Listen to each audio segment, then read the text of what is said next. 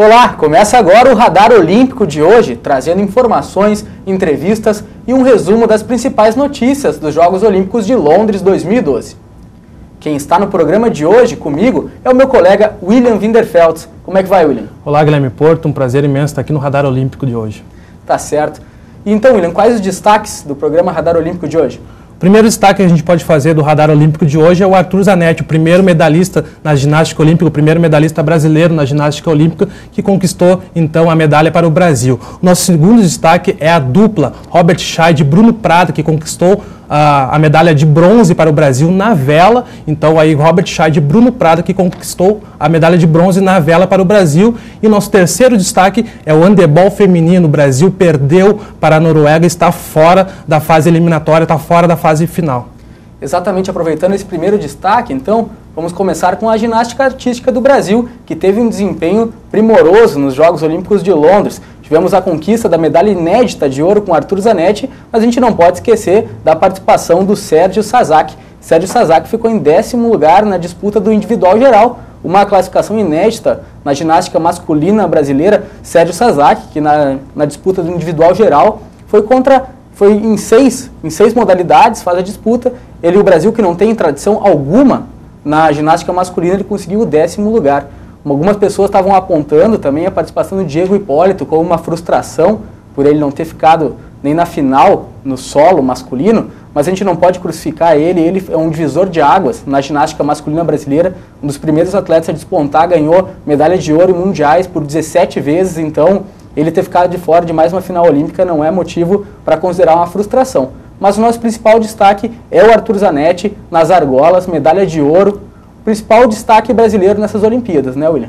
E o Diego Hipólito, como tu mesmo comentou, que em 2008 em Pequim chegou nas Olimpíadas com a sua bagagem de ser bicampeão mundial no solo e fracassou também em Pequim. Agora, em 2012, em Londres, novamente, ele não tinha essa bagagem que estava tendo como teve em Pequim em 2008, que ele era bicampeão mundial no solo. Agora, em 2012, ele não tinha essa bagagem toda novamente e não, mesmo assim não conseguiu superar e não conseguiu ir à final. A gente na ginástica artística sempre torceu muito pela Daiane dos Santos, pela Jade Barbosa, a Daiane dos Santos também, que em 2004 em Atenas não conseguiu novamente chegar numa final, acabou fracassando naquele pulo que ela deu e acabou ultrapassando ali. Então agora chegou o momento do Brasil renovar um pouco na ginástica artística. E comentando do Arthur Zanetti, então, para quem não acompanha a ginástica artística deve achar que foi uma medalha, foi surpresa agora em Londres 2012, essa medalha de ouro nas argolas. Mas o Arthur Zanetti, o medalhista brasileiro, o atleta brasileiro,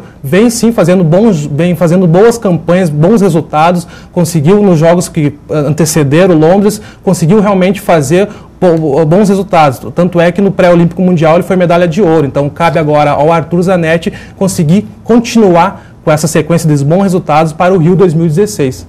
Exatamente. Resta saber se a ginástica masculina vai finalmente receber o valor que ela merece, né?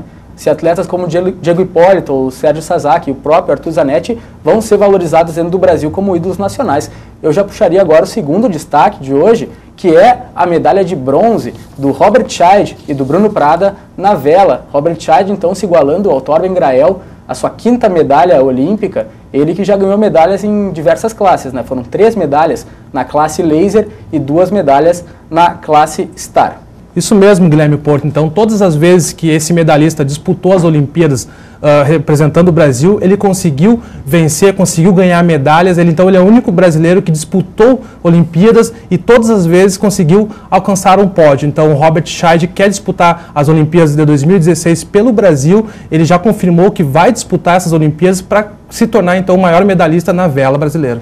Exatamente, o Robert Scheid já confirmou que em 2016 ele vai disputar as Olimpíadas no Rio, mas ele talvez tenha que mudar de categoria, já que a classe Star pode sair dos Jogos Olímpicos do Rio em 2016. Então resta saber se ele vai voltar para laser ou se ele vai entrar numa nova categoria. O terceiro destaque do Radar Olímpico de hoje é o handebol feminino brasileiro, que infelizmente caiu fora dos Jogos de Londres 2012, mas antes de comentarmos sobre o handebol, vamos ver aí, curtir a reportagem produzida pelo pessoal da TV Campus. O handebol, embora seja um dos esportes mais praticados nas escolas, ainda não está gravado nos corações dos brasileiros. No país do futebol, usar as mãos para fazer gols soa bastante estranho. Mas, na verdade, não há grandes mistérios na prática do esporte. O handebol é um jogo coletivo, né? Onde jogam 7 jogadores de cada lado na quadra, sendo que todas as equipes têm que ter um goleiro jogando. Regras básicas são: pode dar 3 passos com a bola na mão, não pode ficar mais de 3 segundos com a bola, reter a bola na mão, pode bater a bola indefinidamente e pode bater, segurar e dar mais 3 passos. E os fundamentos são arremessos, dribles, defesas e ataques. Nós temos uma área que mede 6 metros, da trave para a lateral e da trave para a frente, que nós chamamos de área de goleiro, que essa área pertence única e exclusivamente ao goleiro. A 3 metros dessa área nós temos uma área de 9 metros, que nós chamamos áreas de linha de lance livre, de tiro livre, aonde se executam os tiros livres que aconteceram dentro desse espaço. Porque em todas as execuções de tiro livres, deverão os atletas adversários estar a 3 metros da bola. O Brasil já viveu bons momentos no cenário internacional do handebol. E depois de um período de estagnação, o momento é de retomada. Hoje nós estamos melhorando. Já foi pior do que hoje. Hoje nós temos, na última Olimpíada, fomos no masculino e no feminino.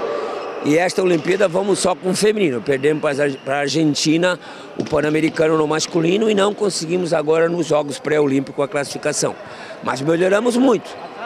A seleção feminina no último Mundial, que foi realizado no Brasil, em São Paulo, o ano passado, ficou em 5º lugar. Então houve uma melhoria bastante grande.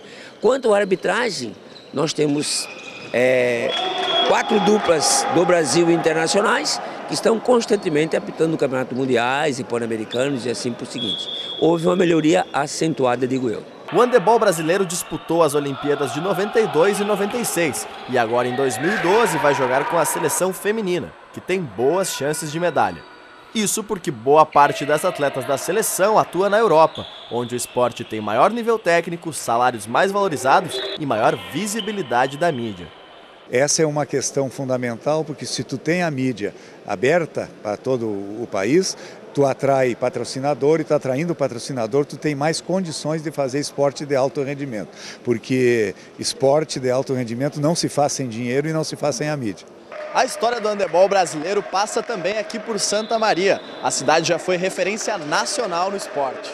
Nós tivemos um momento áureo a partir de 77, quando se ganhou o primeiro campeonato brasileiro juvenil, de seleções gaúchas, que a base era daqui, e depois de clubes com o Corinthians. E a partir de lá, Santa Maria começou a se tornar uma referência nacional e conquistou uma gama apreciável de títulos, 12 títulos nacionais, 16 sul-americanos, né, e se tornou, vamos dizer assim, a meca do handebol brasileiro naquele momento. E aqui então se concentrava a base da seleção brasileira. Na onda do handebol nacional, a modalidade passou por um período de declínio também aqui em Santa Maria, por falta de renovação e investimentos. Agora a cidade vive uma fase de renascimento e nova popularização do esporte. O fato da Confederação Brasileira ter trazido o ano passado para cá a Copa Brasil Feminina e esse ano o Campeonato Brasileiro é também um reconhecimento à história do handebol e também uma busca da recuperação desse tempo todo que nós perdemos depois da década de 80. O objetivo é que Santa Maria volte a disputar a Liga Nacional, composta pelos 12 melhores clubes do país, olhando sempre para a equipe olímpica de 2016. A jornada é longa, mas para quem já figurou entre os grandes nomes do handebol nacional, o caminho estará sempre aberto.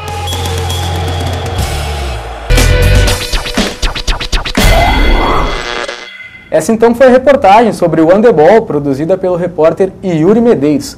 Falando então sobre a participação brasileira nos Jogos Olímpicos de Londres 2012, a equipe de handebol, feminina de handebol, foi eliminada pela equipe da Noruega por 21-19 nas quartas de final. Fazendo um pouco aqui uma recapitulação da campanha do Brasil nos Jogos Olímpicos de Londres, o Brasil foi o primeiro colocado no grupo A, com 8 pontos. O Brasil teve 4 vitórias e apenas uma derrota frente à Rússia. Fez uma campanha muito boa, um desempenho primoroso da equipe brasileira. Infelizmente, nas quartas de final, teve um apagão no segundo tempo e acabou sendo eliminado pela equipe da Noruega. E sobre esse apagão que eu gostaria de comentar um pouco, a gente sabe que esse esporte competitivo que nós temos hoje, uma equipe tem que estar 100% ligada. O Brasil fez uma boa primeira fase no handebol feminino, enfrentou as atuais campeãs olímpicas. A Noruega tem uma equipe muito difícil de ser batida, e o Brasil teve esse apagão, como acontece em alguns outros esportes que a gente já viu, o vôlei, o próprio basquete. Então o Brasil teve esse apagão nos 10 minutos finais, acabou perdendo o jogo por 21-19 contra a Noruega, está eliminado. Então o que a gente tem que incentivar aqui na cultura do esporte, por exemplo, é que o Brasil esteja 100% focado em todos os esportes, em todos os jogos. No handebol a gente teve um exemplo disso, já tivemos um exemplo disso no vôlei, aconteceu novamente contra a Noruega, que era uma equipe forte, uma equipe campeã. O Brasil acabou tendo esse apagão e acabou perdendo e está fora do handebol feminino. Exatamente, está fora, mas essa questão da eliminação, mesmo sendo nas quartas de final, o Brasil não disputa medalha agora nos Jogos Olímpicos de Londres, mas a gente tem que notar o lado positivo dessa participação brasileira nos Jogos Olímpicos.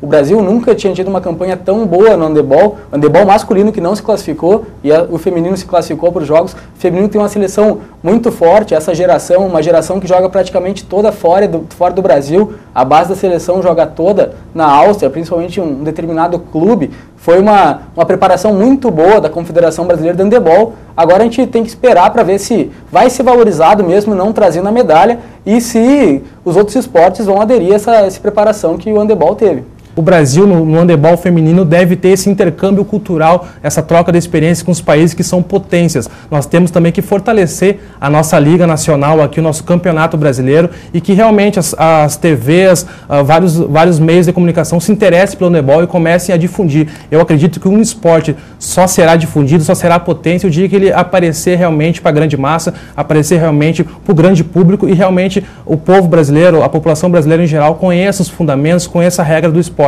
O handebol está aí para ser difundido. Nessas Olimpíadas o Brasil mostrou que realmente tem uma seleção forte, só falta realmente difundir o esporte no Brasil. Exatamente, para não esquecer, para o público brasileiro, para o torcedor brasileiro não esquecer os feitos que a seleção feminina de handebol teve.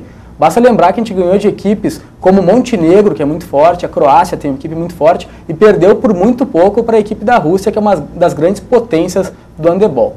Então, William, queria agradecer a tua participação no programa de hoje, para a gente estar apresentando os maiores destaques aí do Brasil nos Jogos Olímpicos de Londres. Eu que agradeço, Guilherme Porto. Obrigado pelo convite aqui no programa Radar Olímpico. Muito obrigado. Então é isso, esse foi o programa Radar Olímpico de hoje. Você pode conferir outras informações e outros destaques do Brasil em Londres 2012 no nosso site. Você também pode curtir outros vídeos do Radar Olímpico no nosso canal no YouTube. Até mais!